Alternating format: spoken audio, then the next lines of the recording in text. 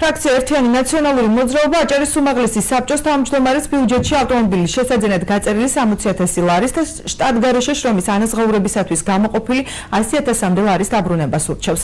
განცხადება პეტრე ზამბახიძემ სპეციალურ ბრიფინგზე გააკეთა. დღესვე დეპუტატი პარლამენტის ვიცე-სპიკერის მურმან დუმბაძის ინიციატივას გამოეხმაურა.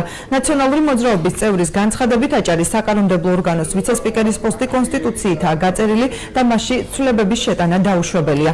ნაციონალური მოძრაობა საკითხის დღის წესრიგში დადგომის შემთხვევაში მასში მონაწილეობას არაპირებს და არც ვაკანტურ თანამდებობაზე კანდიდატურის დასახელებას გეგმავს. უმაღლესი საბჭოს თავმჯდომარეს უახლოეს დღეებში მიიღოს გადაწყვეტილება და უმაღლესი საბჭოს ბიუჯეტში არსებული თანხა 60,000 ლარამდე თანხა, რომელიც განკუთვნილი იყო მანქანის შესაძენად, დაბრუნდეს აჭარის ავტონომიური რესპუბლიკის ბიუჯეტში და მოხმარდეს უფრო მნიშვნელოვან საქმეს ჩვენი მოსახლეობისთვის, ასევე დაბრუნდეს ის თანხა, რომელიც 100,000 ლარზე მეტი არის ჩადებული შრომის ანაზღაურების ფონდში კონკრეტულად შტატგარეშე მოსამსახურეებისათვის.